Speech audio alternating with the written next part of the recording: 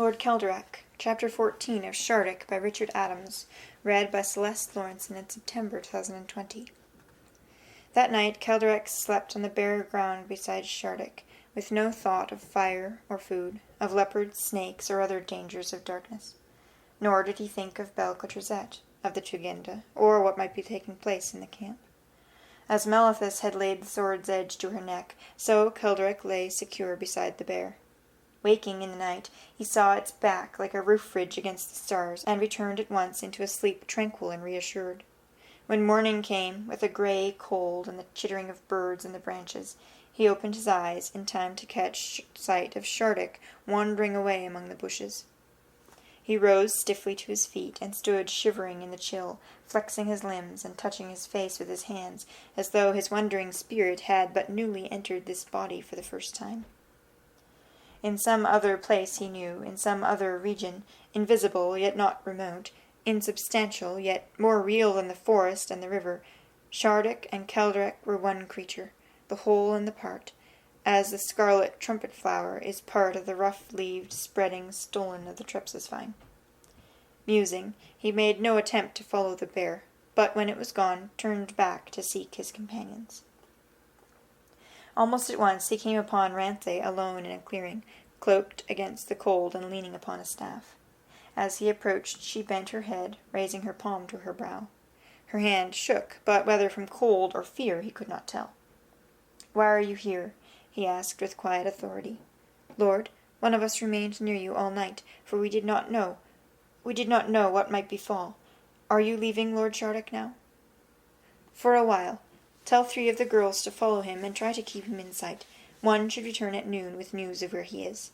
Unless he can find it for himself, he will need food." She touched her forehead again, waiting as he walked away, and then followed behind him as he returned to the camp. The Tugenda had gone down to bathe in the river, and he ate alone, Neelith bringing him food and drink, and serving him in silence on one knee. When at last he saw the Tugenda returning, he went to meet her. The girls with her at once fell back, and again he talked with her, alone beside the fall.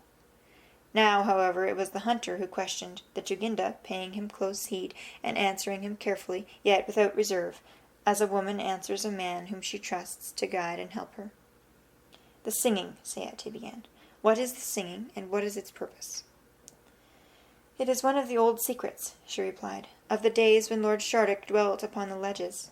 It has been preserved from that time to this. Those long ago who offered the singing showed, by that they offered their lives also. This is why no woman on Kiso has ever been ordered to become a singer. Each who determines to attain it must do so of her own accord, and though we can teach her what we know ourselves, always there is a part which remains a matter of God's will and her own. The art cannot be sought for self-advancement or to please others, but only to satisfy the singer's own longing to offer all that she has. So if the will and devotion of the singers were to falter, or so I was taught, the power of the singing would falter too. Before yesterday evening, no woman now alive had ever taken part in offering the singing to Lord Shardik. I thanked God when I saw that its power had not been lost." "What is the power?" She looked at him in surprise.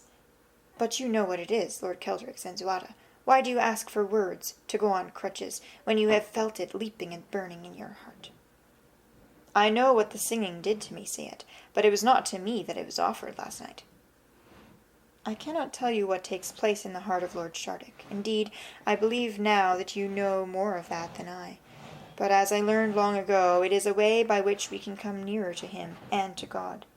By worshipping him thus, we put a narrow, swaying bridge across the ravine that separates his savage nature from our own, and so in time we become able to walk without stumbling through the fire of his presence." Kelderek pondered this for some little time.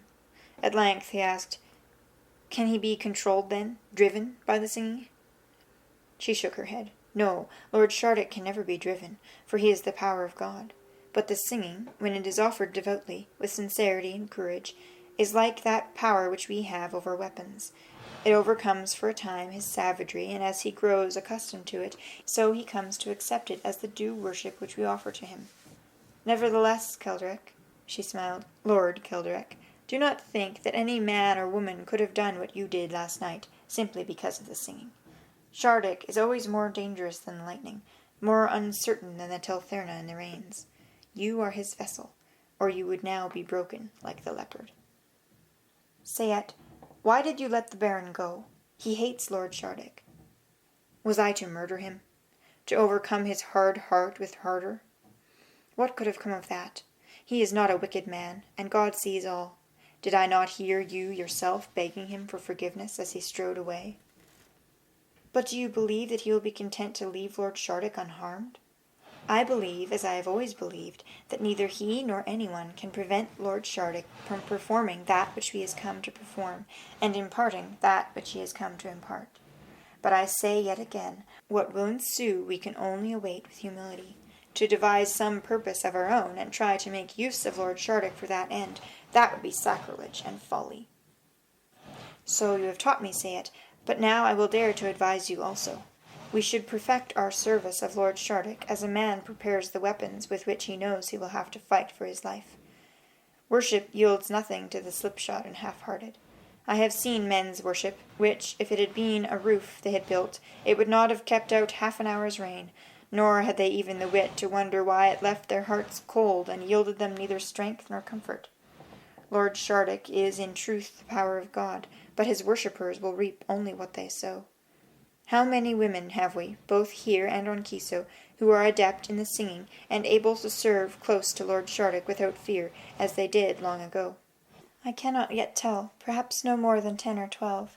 As I said, it is more a matter of skill and brave hearts, for it may turn out that the Lord Shardik himself will accept some but not others.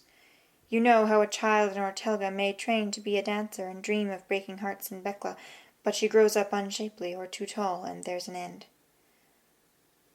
All this we must search out and prove, Sayet. His singers must be sure as an Ortelgan rope in a storm, his hunting girls observant and tireless. He will wander now, and as he wanders, so we can perfect our work, if only we are given time. Time? She asked, standing still to face him, and he saw once more the shrewd, homely woman with the ladle who had met him below the ledges. Time, Kelderek? Time, Sayet, for sooner or later either Shardik will go to Ortelga, or Ortelga will come to him. On that day he will either prevail or be extinguished, and whichever way it goes, the issue will come about through us alone.